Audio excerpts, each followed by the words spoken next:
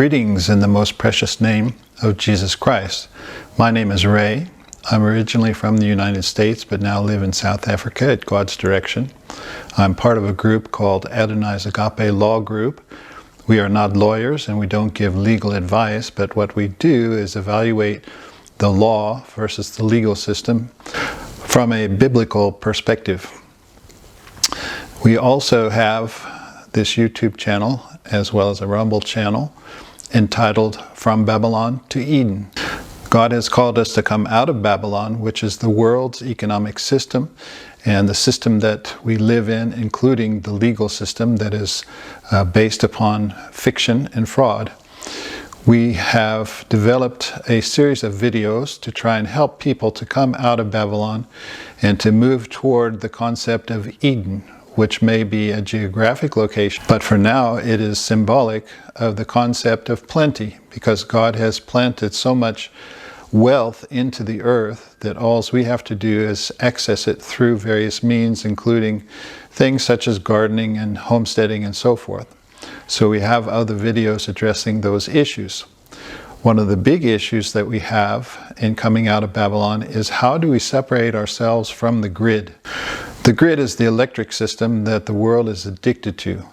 Electricity really doesn't come from God.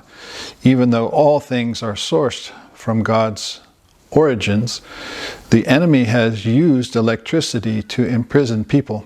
So God showed me that there is something like a grid as a prison for people because they are addicted to and connected to the grid, and so the enemy uses the grid as a means by which to control people. When you have electricity, you have freedom. When you don't have electricity, you have bondage.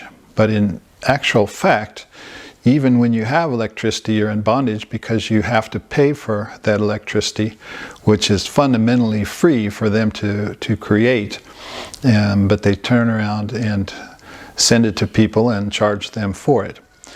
So there are a number of ways to come off the grid, and this video that we're doing here is an introduction to the concept of getting free from the electrical grid.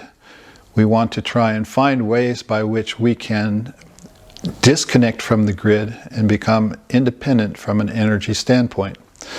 We plan to have at least a two-part series covering these subjects. We will be talking about renewable energy, and we will be talking about concepts such as the firmament and the ether. In the first part of the series, we will be covering renewable energies and introducing the concept of the ether and energy and power that comes from God, which we will call Elcoa. Elcoa literally means the power of God, or God's power. El meaning God, which can be a small g God or a big G God. And Koa is the Hebrew word for power. So Elcoa is God's power. And it can come in various different formats. But we want to keep that concept in mind as we develop the idea that we can become free from the grid and develop new technologies in the future that may be based on things that we know and or things from the past. So the second part of the series, we hope to have a review of old world technologies, because we believe that Jesus has already come, the millennial reign is past, and the saints of Jesus have left the scene and gone somewhere, probably near the North Pole, and live in what some people call the Crystal City, or the New Jerusalem, as described in the Bible. So we believe that Jesus and the saints are hidden here in the earth, and they're waiting the time of the Gog and Magog war, according to Revelation 20. And so we are living in what's called Satan's little season. It's a time of deception, and the world has been deceived by the system that has been set up that we refer to as Babylon. So God commands us in Revelation 18 verse 4 to come out of Babylon lest we share in her sins and her judgment. And in Revelation 18 verse 6, God commands us to render back to Babylon double. In the same cup that she rendered to us, we must turn back to her double. So it's going to come a time where Babylon is going to fall, and the Bible talks about it in Revelation 18 as being quickly, in 1 hour.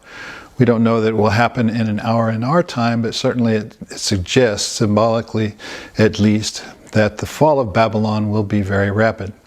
So when Babylon falls, we need to have some place to go or be prepared for that fall so that we don't suffer with the rest of the people who didn't obey God's commands in Revelation 18. So we're trying to make a way for people to exit Babylon and to move toward the concept of Eden, which is going from scarcity and consumerism to the concept of plenty and to be producers rather than consumers.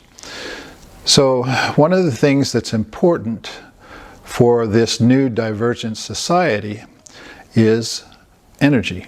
We need power.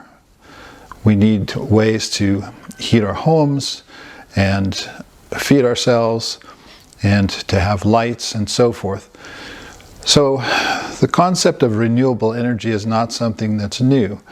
And in fact, in the old world, when Jesus was here with the saints, there is much technology that has been covered up that we believe, if we have access to it or can reproduce that or resurrect that technology, or even develop new technologies that are more advanced than those technologies, then we can have the freedom from the grid that we need. So there are many parts to the concept of the divergent society coming out of Babylon and moving toward the concept of Eden, where there's a land of plenty. But one of those areas is the area of energy. So in part 1, we will be talking about renewable resources, renewable energies, and potentially touching on future concepts of different type of energy that the world hasn't to this day known freely. Although there are some people like Nikola Tesla and other inventors from his time forth who have touched on the concept of energy that is being taken from the energy and the power that God has put into the earth.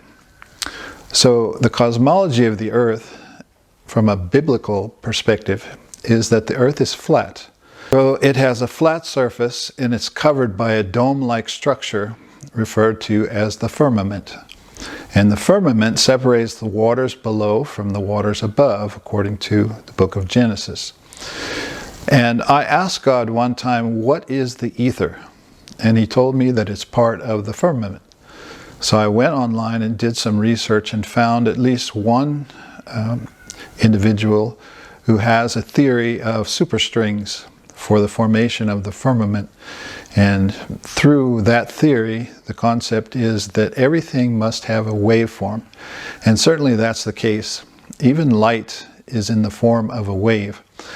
And sound and so forth, it's all in the form of a wave. So it has to do with frequencies, resonance, and vibration. And this energy comes directly from God, and he has fundamentally compacted it into this dome-like structure that the Bible calls the firmament. And as you get closer to the earth, the density of the firmament becomes less and less, but nonetheless it is still there. So there's no such thing as a vacuum of space that NASA and the other so-called scientific community would have you believe. But it's filled with materials, including water and other elements that we can't see with the naked eye, but they are there nonetheless, and they create energy on a constant basis that we need to try and find a way to tap into at some stage. But there are other energy sources that we have available to us already, such as solar power.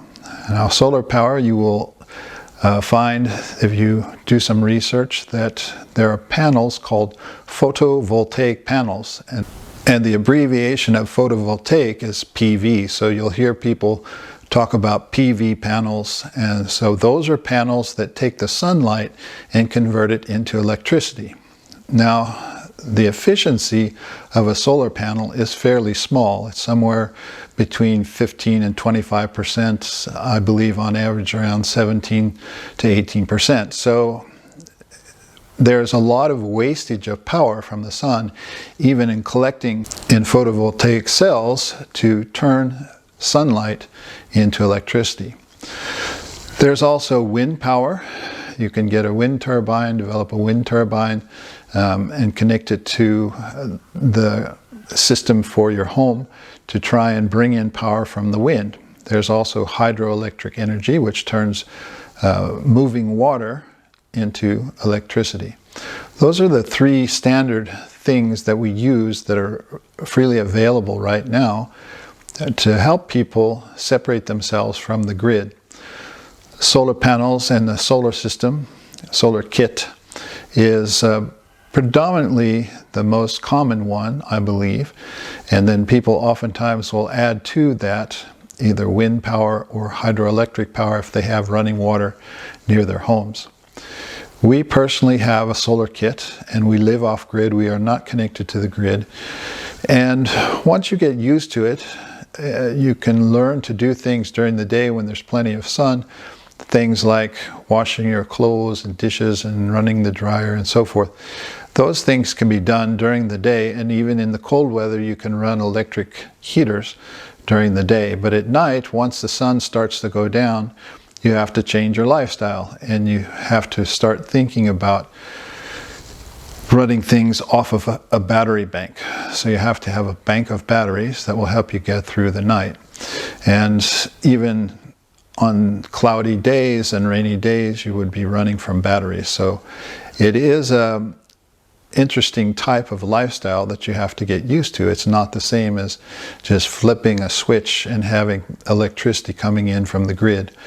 So you do have to get used to it.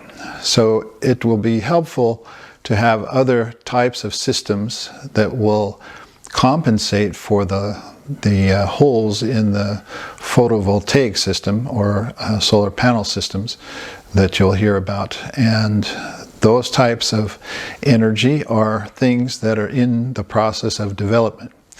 Now, the powers that shouldn't be want to squash these types of technologies because they don't want people to be free from the grid. They want people to continue to be in bondage to the grid. So you'll hear about some seemingly futuristic types of concepts about the technologies that will be able to draw power from what is known as the ether.